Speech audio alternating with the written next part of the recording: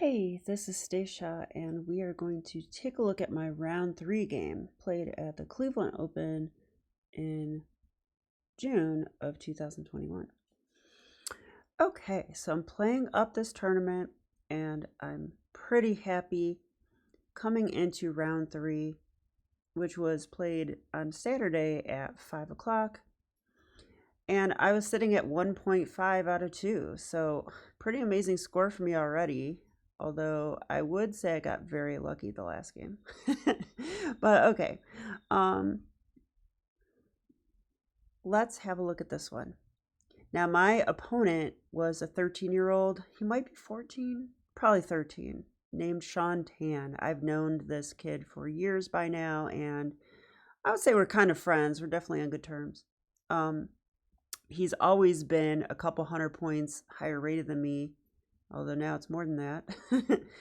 And he's always been willing to give me pointers after games and stuff. So that's kind of how our relationship is. Even though I'm the teacher, he's stronger than me and I learned from him. All right, so let's go into it. He played knight to f3 as he often does, and so does his older brother. And I played d5 and he went d4. Kind of surprising. I kind of expected g3. Him and his older brother are prone to Fenketoing on the side and playing Catalans, and I have had past games that way. By the way, I've played Sean many times by now, probably 3, but I got crushed in all 3 games. Okay, so this is number 4 though. All right, so he played c4. Now this surprised me, and I had to think here because, you know, I am playing Queen's Gambit accepted, but if I take here, he might go g3. Now, is that the right way to play? I kind of doubt it, but it was an interesting thought. So let's look at that for just 1 second. If he goes g3 here, yeah, that move's totally fine. And, well, I might have played a6. Seems like that's not correct, though. Yeah, it does seem awfully slow. So, wow, I should go c5 here. I would never come up with that move. And then he can go queen a4 check if he wants to pick up the pawn, but probably this is more likely. But then maybe I take... Yeah, this position looks confusing to me. He can't really take, I guess. So I guess that's how I will play if I ever see that. Interesting, right? Okay, but instead he actually did play e3. So we are in a Queen's Gambit accepted, and I mean, I reasoned if he's going to play this move, he's probably not going to go for g3 then. That would be too weakening of the light squares. So I think he's just going to recapture the pawn. All right, so we're going into my repertoire now. e6, bishop takes, c5.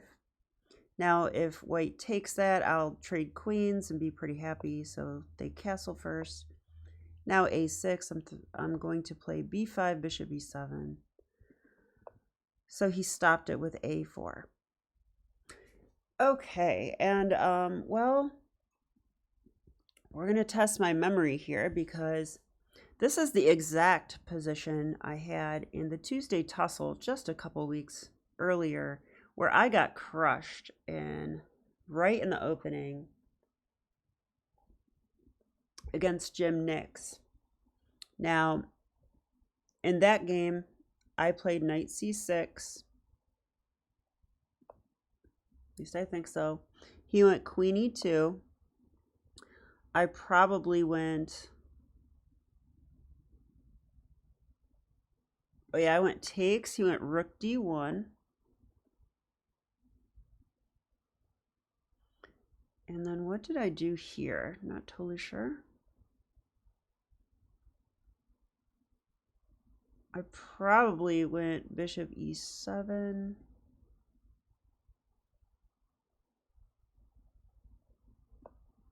I think he took, and then I did something like b6.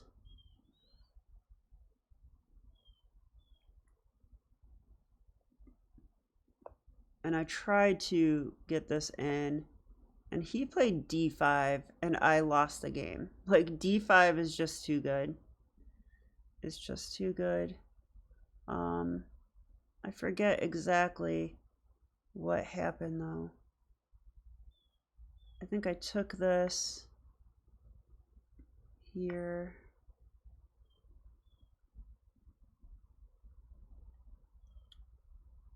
I believe I castled or something. Did I take then castle, maybe? No, because that would lose immediately. Okay, anyway, you get the point. The computer says it's like +5. This is why I like playing training games and studying my tournament games, because I remembered this during, you know, I had plenty of time on my clock to remember this. And I remembered my analysis after I checked my repertoire. And so Pika says, because of this plan, queen e2, rook d1, you should not go knight c6 here. And instead, you should do something else. You should take the pawn. So I remember that. So that's good. So I actually did do that. Now, white can take back with a knight or a pawn here. Both are okay. Though taking with the knight is less threatening. And so Pika says you get a comfortable game after natural developing moves. But he did take with a pawn. So now we have a IQP position. But it's a little bit different because we have inserted the moves a4 and a6. And so Pika says that she thinks this benefits black because of the weak b4 square that maybe we can use. So I remembered this during the game too, and okay, well, let's continue. Bishop e7. Trying to remember if that is the correct move. I will look at the opening book. Yeah, I can actually play knight c6 here. I was afraid to because of d5. Okay, so I was definitely scared of d5, but it turns out that the d5 break that I suffered in that Jim Nix game was crushing. But many times the d5 break is just too early and results in equal positions. So I'm going to have to learn when that's the case and when it's not. But I just wanted to castle like ASAP, so knight c3. So I was definitely watching for d5. So I just castled. Now this is totally fine. Totally fine. And I was out of book at this point. I didn't remember studying this exact position. Okay, so queen e2 is probably a little inaccurate now because the queen e2 rook d1 plan is not supposed to be as good for white now. And yeah, I probably, if I could change one thing I did in the opening, I think I would put my knight on c6. Then I'm more likely to make use of b4 and maybe get a stronghold on d5. I might do this in the game anyway. Oh, I think I take the slower route. Yeah, so that kind of wastes time though. Or does it? I don't know. But my pieces are jumbled. I blocked my bishop. I had to calculate d5 and all that. But I decided this is fine. Knight b6. He retreated, and I stuck my knight on d5. So, you know, at this point of the game, I felt like I survived the opening phase. I guess I do have a bishop to worry about still. My bishop's a little sickly, but if I could just get this in, you know, I should be fully coordinated and equal. So rook c1. Yep, here's my plan. He didn't stop it, so I'm just going to do it.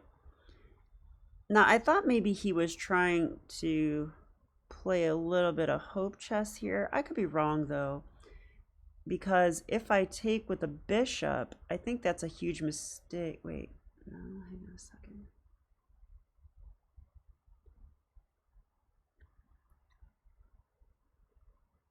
Yeah, I don't think this is good because I lose a pawn, right?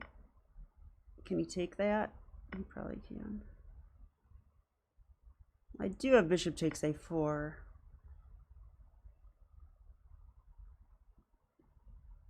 And then it says he takes here. So I would have to go, well, I thought rook b8, but you can throw this in first. That makes some sense. Queen e4. And then, wow, look at that. It's a pretty crazy line. Takes, takes, okay. I mean, this is equal though. We're both taking each other's rooks. I mean, it's just kind of equal, I think. So I guess that actually was fine for me if I wanted to play that way. I didn't think so during the game.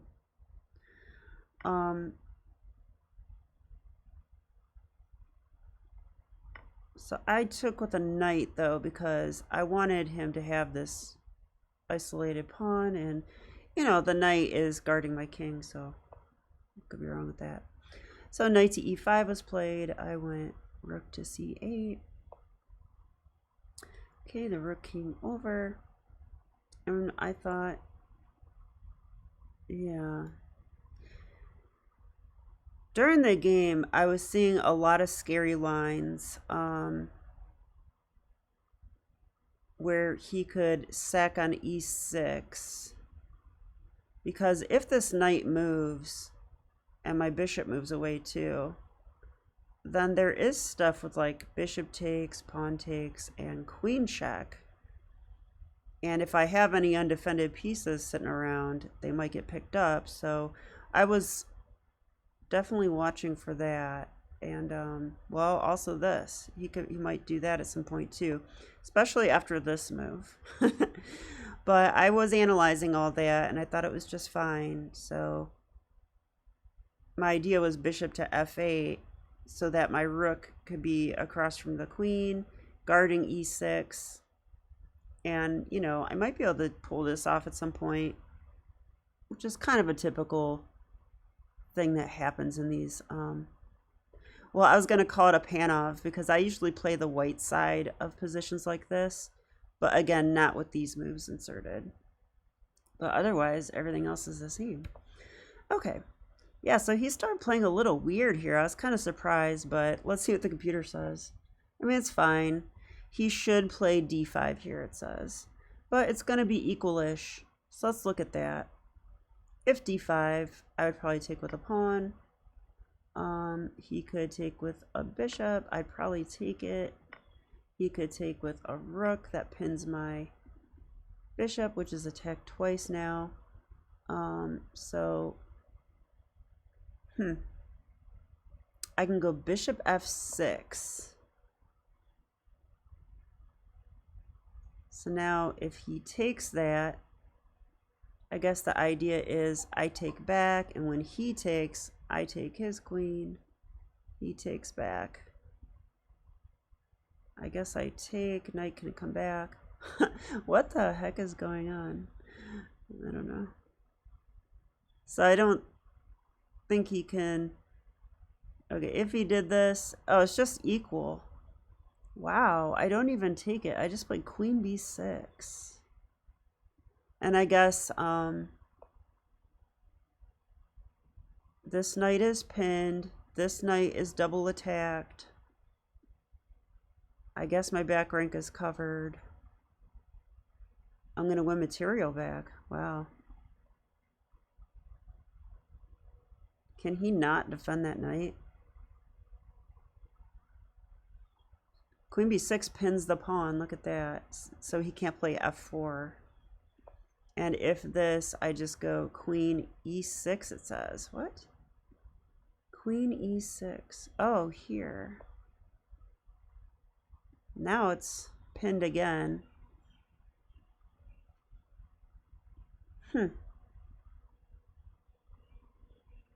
Yeah, what about f4? I'm just curious. If f4, we take it.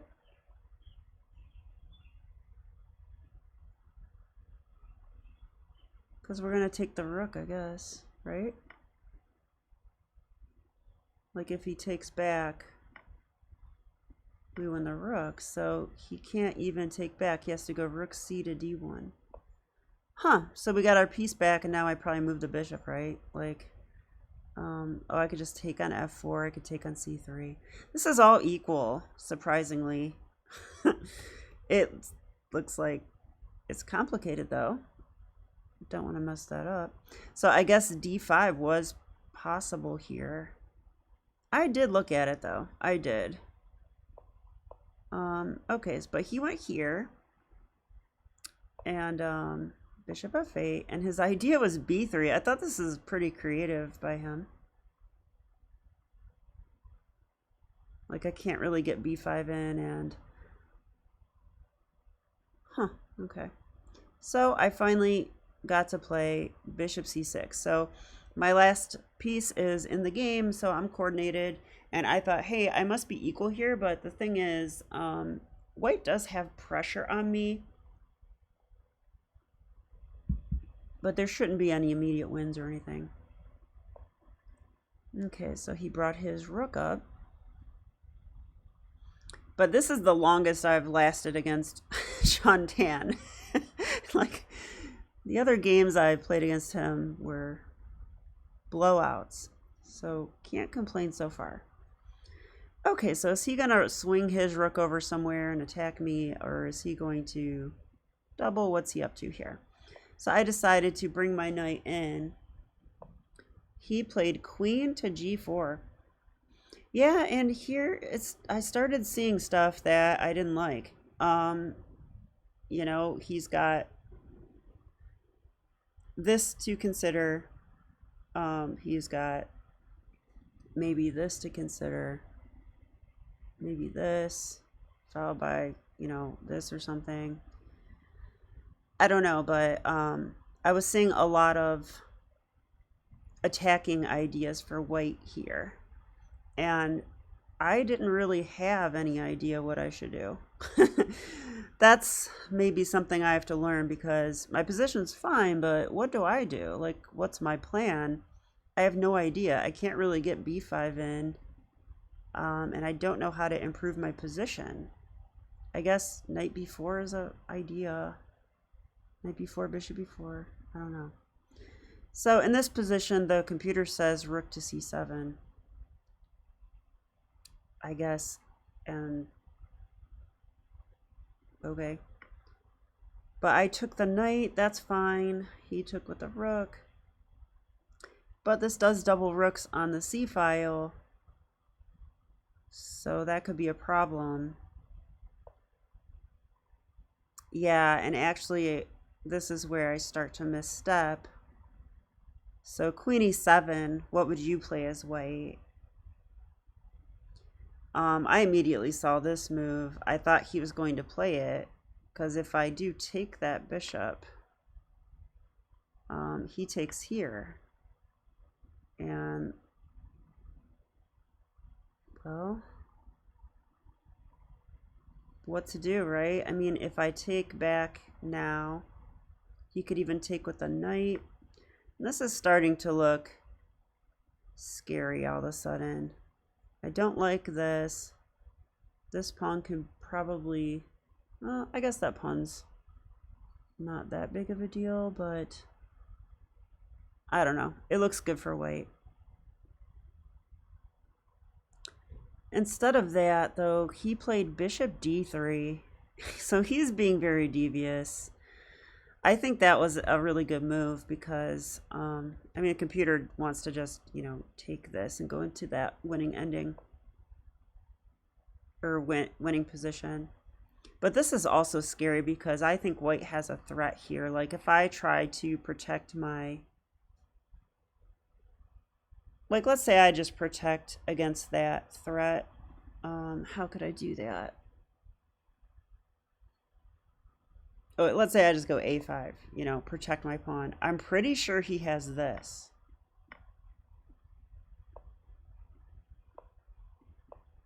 And I thought this is mate. I don't know how to get out of this.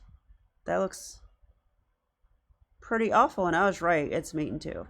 So he can sack his bishop and just pile up on the h file. And I can't really stop that idea. So bishop takes h7 is a big threat.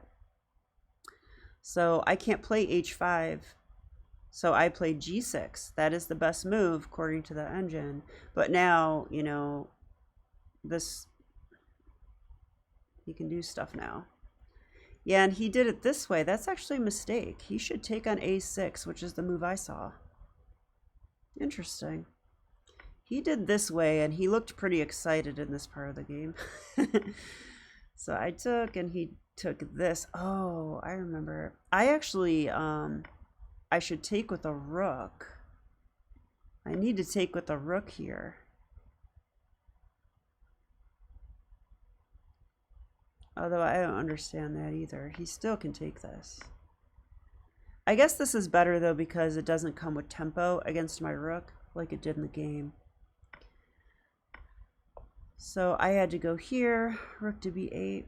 Okay, the story's not over yet though. Don't worry guys, the story is not over. But I definitely was feeling a little bit exhausted from calculating all the crazy attacking moves I was seeing the whole game and not being able to find a plan for black ever. And now I'm down upon, I'm definitely worse against an expert, down on the clock as well, of course. That's like a given, right? All right, so he took the pawn, but I get a pawn back. So that's fair. And, well, if I can just,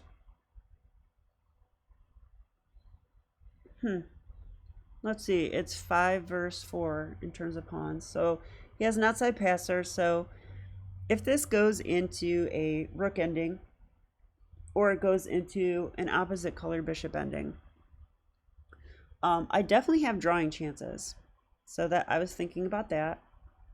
Okay, bishop there. Finally, I can play active. So rook there, attacking the queen, but I can put my queen in here. Yeah, I feel like I've just learned this or something, or at least I like to use it more.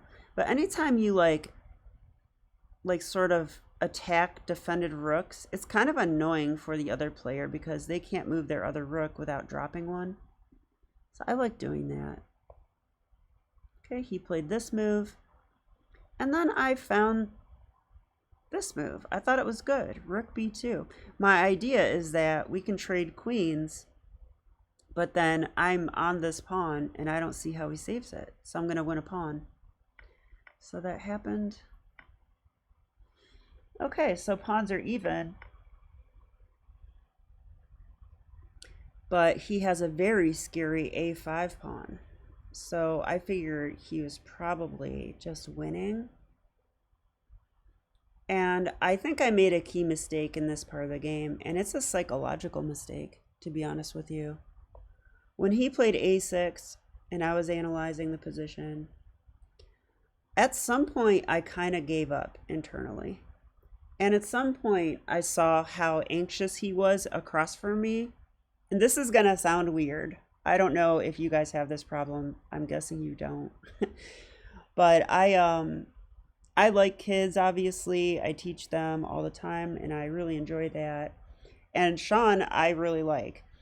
And it seemed like he was getting impatient with me when I was sitting there for like 5 minutes calculating. So I actually felt this urge to like play faster so that he wouldn't have to like wait for me. And of course, that mindset is completely incorrect. I should not do that. It doesn't matter who's across from me or if they want me to move. That doesn't matter. They're my opponent, right? So I should be looking for my chances to draw the game and be ready to pounce if I see one. And I failed to do that this game. And guess what? There was a chance. So let's look at this and see if we can find it. Okay, I'm going to turn my engine off. Okay, I went rook here. I think I have to play that move because this is coming and I did not have rook a4. So he pushed and, well, I should probably...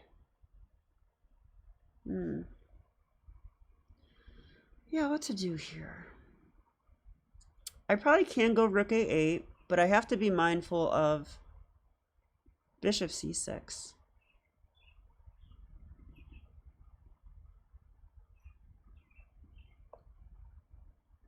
So I played that move.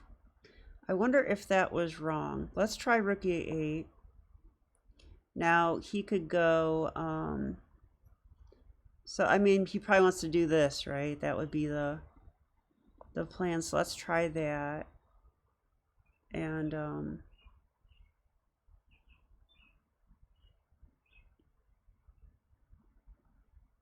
maybe I can attack the rook. You know what? This might be the draw that I saw then, because if he goes here, I could play here then. So he can't do that. I would pick up the pawn and then actually be better. It's probably a draw though. So wow, so he shouldn't allow that move, so he can't go here. I guess here. And then what do I do?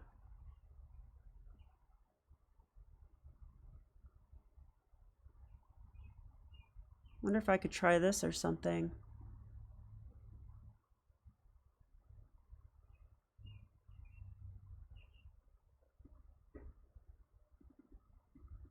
Yeah. This looks pretty good. I'm going to ask the engine. Yeah, this is a draw. Yeah, it just says rook a6, which that move doesn't look very threatening. But what else to do? Wow, so I did miss this draw. Now, Sean actually saw that and showed me right after the game. He said he messed up and here's how I could have drawn the game. Instead, let's see what I did instead. Oh, I went king g7 and that was the losing move. Can you believe that? And when I played king g7, my mindset was, oh, I'm losing. I'll just, you know, get my king off the back rank. I don't know. I wasn't in the right mindset to find a draw. But now I think this is a win now because I can't stop. Yeah, there's no way to stop. So I did resign here, and I think that's fair because no matter what I do, I'm just going to lose heavy material here, and there's not really a chance to do anything. So yeah, hope you guys enjoyed the game. So this is my first loss in the tournament. It was disappointing that I had a draw at the end, but on the other hand, I felt like I played a good game against a strong player. So still feeling good about my chess at this point. So it was time to go home and rest, which I did, and get ready for my games on Sunday. Now, my games were at 10 a.m. and 3:30 p.m. And I do have a history of being very tired on the last day. But I decided that no matter what happens, I would play both rounds and get experience with that. So I'll soon be back with round 4, so stay tuned. Okay, bye.